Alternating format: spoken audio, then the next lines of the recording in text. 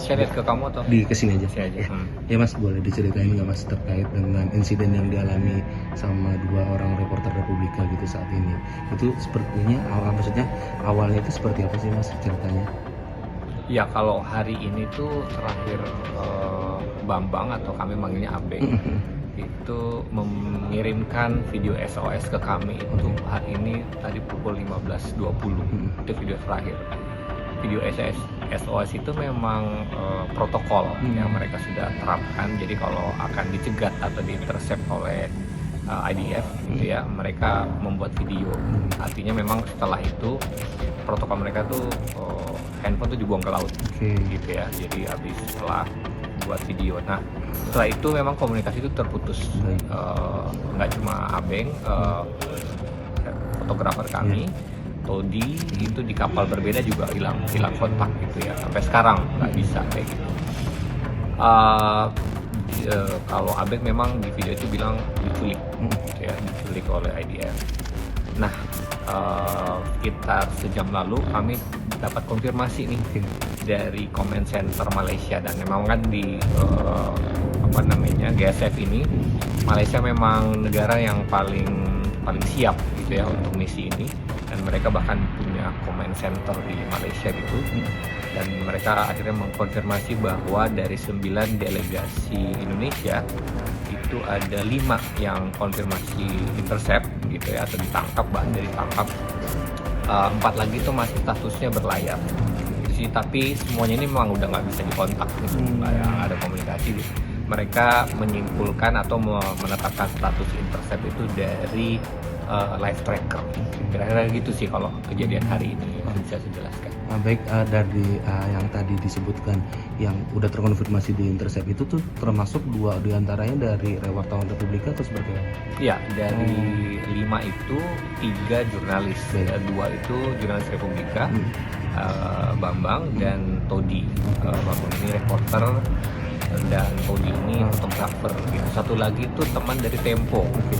2 lagi dari relawan ya, relawan kemanusiaan, salah satunya saya lupa namanya, tapi dari satunya rumah zakat, sama satu lagi saya lupa namanya gitu.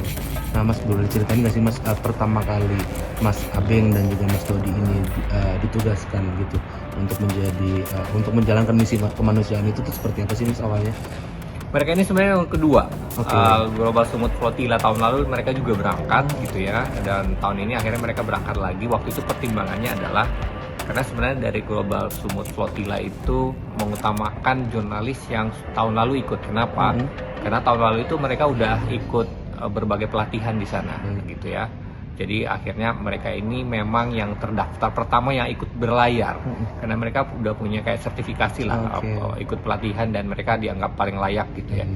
Akhirnya memang tadinya kami ingin biar yang lain juga punya kesempatan gitu ya. Tadinya kita mau ganti dengan reporter lain, tapi karena ada syarat seperti itu akhirnya Abeng dan Todi yang kami manggilnya Abeng ya, Bambang itu Abeng, yang berangkat di Global Sumut tahun ini gitu sih.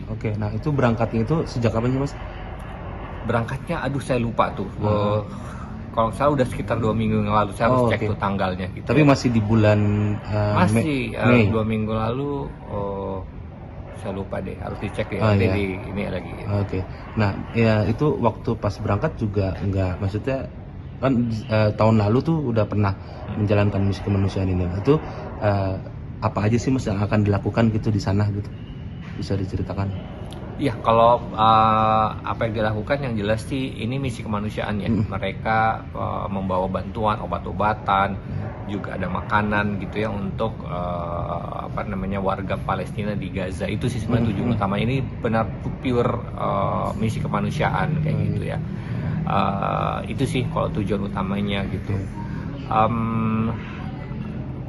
Mereka tuh berangkat dari Turki gitu, karena tadinya sebenarnya mau ikut dari sejak di Itali, cuma kan masalah visa itu susah gitu ya. Itali, Barcelona, akhirnya di Turki ini baru kemudian mereka berangkat semua.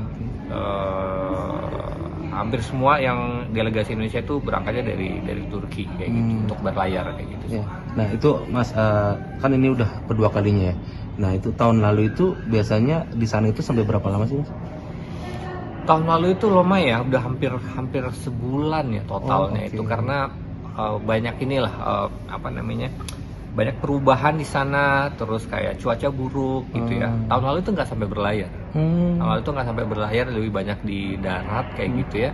Karena itu tadi, terus juga bukan jatah, kesempatan naik kapal tuh jadi sulit banget gitu, karena juga ada kapal yang rusak segala macem gitu ya. Jadi akhirnya tahun lalu itu belum bisa berlayar sih. Jadi itu juga mungkin saya juga gitu ya, maksudnya saya sebagai jurnalis juga ngerasa ya, sebagai Abeng dan Todi itu pasti juga kayak saya gitu yang kayak tahun lalu itu belum selesai misinya gitu, dan tahun ini dia berharap banget bisa menyelesaikan misinya sih untuk bisa nyampe Gaza gitu.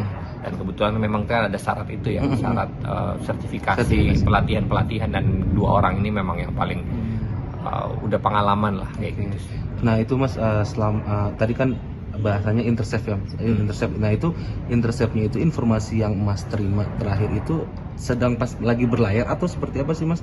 Lagi berlayar di perairan Mediterania menuju Gaza, dan itu kan sebenarnya perairan internasional gitu ya.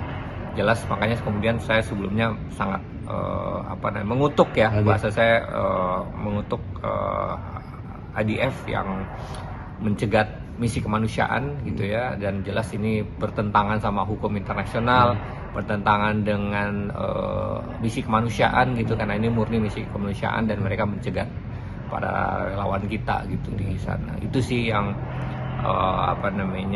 dan jelas kami sih dari Republik akan terus berdiri bersama para relawan sih sampai ini benar-benar misi ini selesai gitu.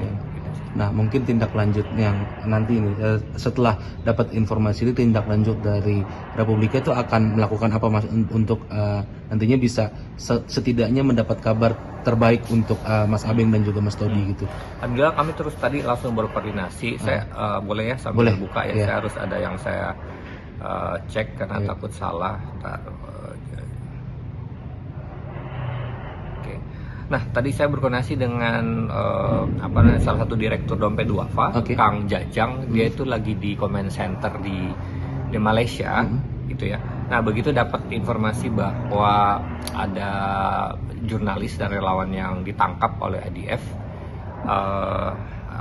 mereka juga langsung koordinasi dengan Kedubes RI di Kairo, di Jordan, Turki, Siprus, via Roma. Dan alhamdulillah mereka siap membantu proses pemulangan kawan-kawan kita gitu.